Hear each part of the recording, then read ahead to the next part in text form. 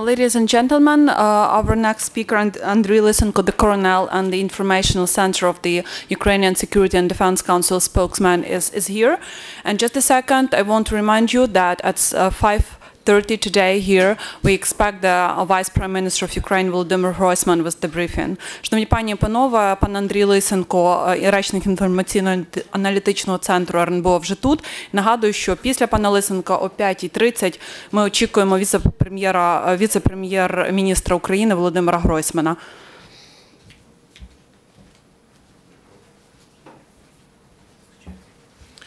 Доброго дня, шановні колеги. Good afternoon, esteemed colleagues. Let's continue our briefing.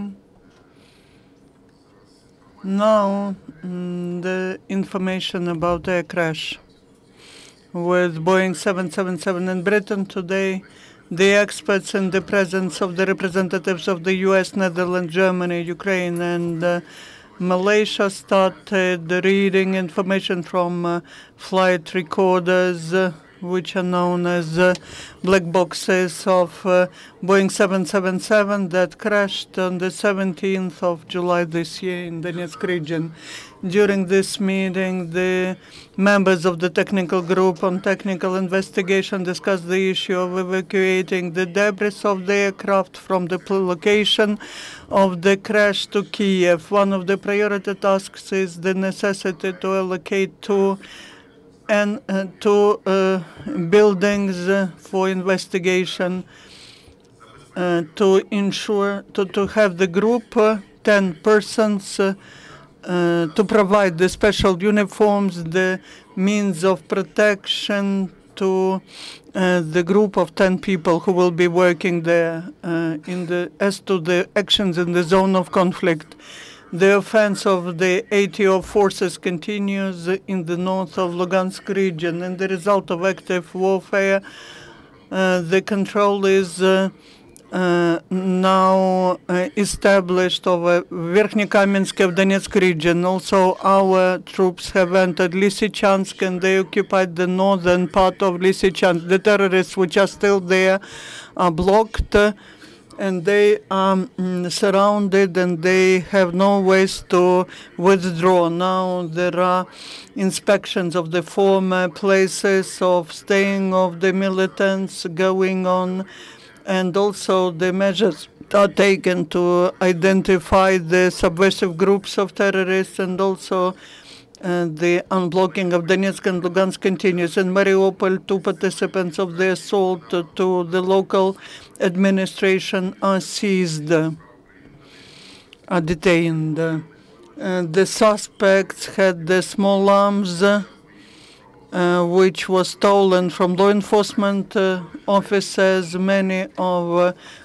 much of ammunition and bulletproof vests. As to the situation in the settlements in the zone of conflict in Donetsk and Lugansk, which are under control, there are many cases of killings of local people and also seizing private houses. The people from Donetsk are taken hostages and they are kidnapped.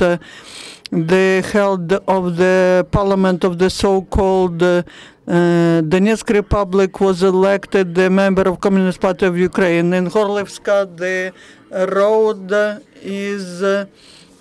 was exploded, and also the people of non-Slavonic origin mined the territory around the school, and besides that, the militants liberated 140 prisoners from the colony. They armed them and they are using them to scare and intimidate the local population. In Kyiv, the terrorists established the curfew. The water supply is violated, especially on Styrol concern and Avdiivsky coking chemical plant, and that could lead to accidents. In Artemivsk region, by fire, 475 hectares of grain were destroyed, were eliminated. In Popasna and Severodonetsk, there are active works going as to removing the mines, the infrastructure is restored, and the work of the systems of supplies is being repaired. In the Donetsk region, the repair brigades are working on resuming water supply and electricity supply. According to Dnipro the energy supply was resumed in 7 settlements where more than 10,000 people live. They managed to get light back in Slavyansky, Shakhtarsky, and Krasnolimansk regions. At the initiative of Ukrainian citizens, charity foundations, and commercial companies, the bullet-proof helmets, bullet-proof vests, and special spectacles, heat visors, and other special means of communication are given to Ukrainian law enforcement forces. The Ukrainian companies transferred the tents, the sleeping bags, for the sum of more than 863,000 hryvnias to the National Guards of Ukraine. Also, thanks to the sponsorship, the servicemen received the night vision equipment, ammunition, and the whole ammunition for the sum of more than 1.5 million hryvnias. The volunteers send assistance to the front positions of the ATO forces, and they are making the list of all the necessary things so that they can help our guys. That is all the information as to the pilots of Su-25. They are not are not back, but they are not detained. We are expecting that they will be back. Interfax. Today, the militants informed that one of the journalists who yesterday disappeared, that is Vadim Aksionov, was liberated, but at the same time, Kreml Phillips and operators are detained, still detained. Do you know where this British journalist and his operators are? Thank you for the question. The place of location of these journalists, we do not know, but we have the information that the leadership of the militants made the decision not to allow any journalists to the zone of battlefield. And there's very strict limitation because they understand now that the journalists give information about their location and so on. Ukrainian servicemen help journalists in the zone of ATO so that they can get real information about what's happening there. Another question, Japanese TV. And there was a statement that in the air near Grabova on the day of the catastrophe on the 17th of July, there were 2 aircrafts of Malaysian Airlines and the military Ukrainian fighter. Can you confirm that? Ukrainian military fighters were not doing any actions in this region. They were not executing any military tasks in this region. 1+1. I have 3 questions. The first one, you were saying that they do not allow volunteers to go, and I'm interested in situation near Volnovakha where 2 buses from with humanitarian aid were shot at. Do you know how many victims are there? Then there was information that the village Kolesnikovka of Lugansk region was shot from Russia, from Graz, and only and the whole village is ruined, and the OSCE mission was there, and the representatives of our prosecutor's office, and was that really the case, and what is left of the village?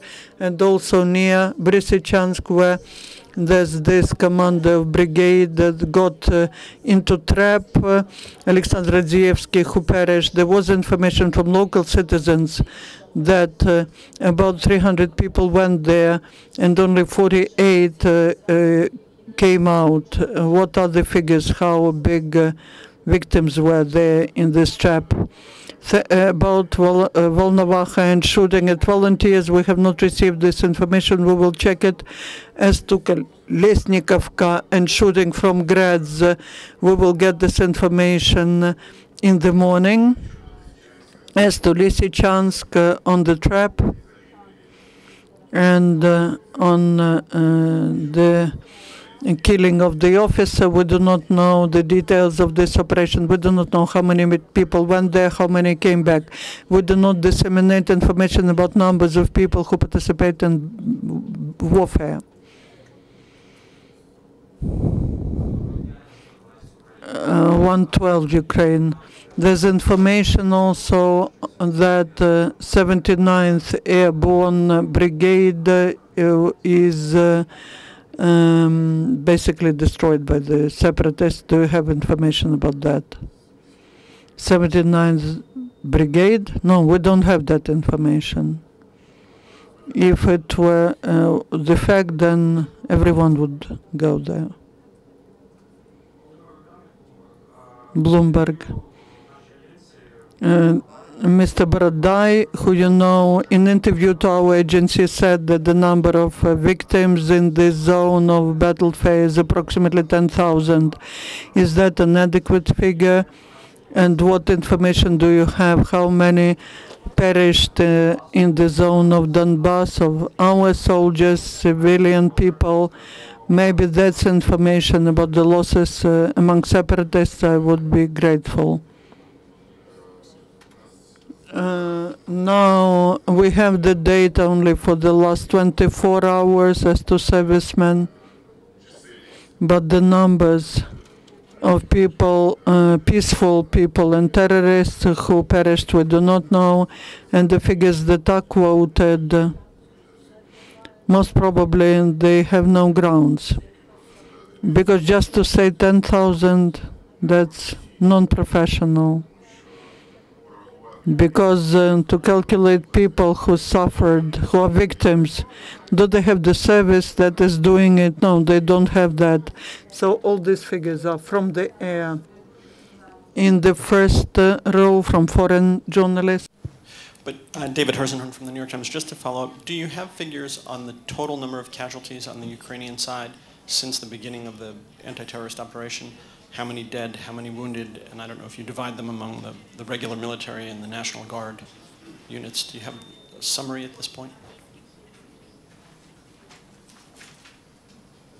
Thank you for the question.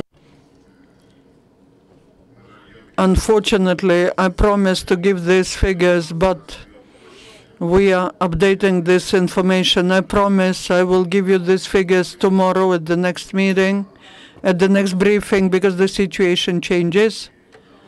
And as of at 12 o'clock, I will give you the complete list of those who are dead and wounded. Thank you.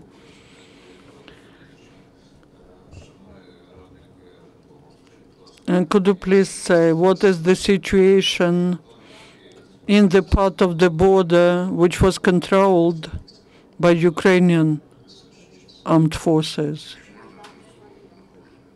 Tense, in one word. That's it. That's it. The war battles are going on there. Any more questions? No more questions. Thank you very much. One more. From British journalist. One more, Colonel. The 9 Nigerians, can you update us on the negotiations that are going on to get them out? And can you tell me where they are exactly?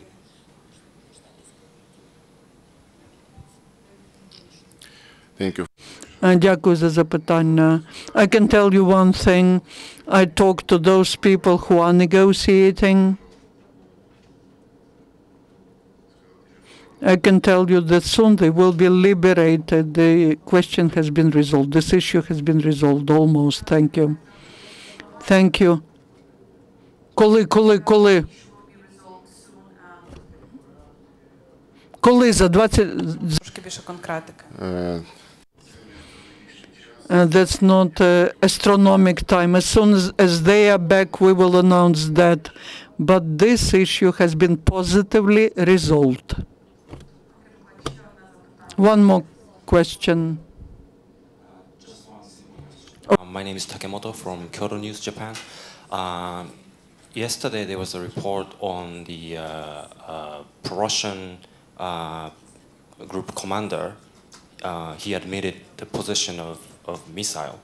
And do you see any signs of conflict within the pro-Russian group, or what is your assessment on what's happening within the pro-Russian group?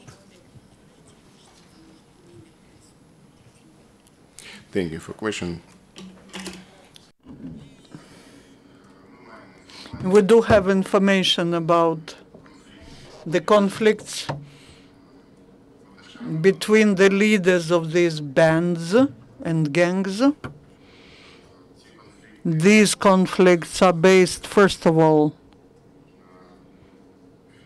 on financial issues, on money, and also on the basis of the influence on different units. Each one wants to be the commander of the biggest part. However, we cannot discuss this issue deeper now. This should be happening naturally. The conflict between militants has never, ever ended in peace. Let's just wait. One more question. Alan Cullison from the Wall Street Journal. You said that there were no fighter planes in the vicinity of the Malaysian aircraft. Can you say, were there any observation planes or any other type of aircraft belonging to the Ukrainian government?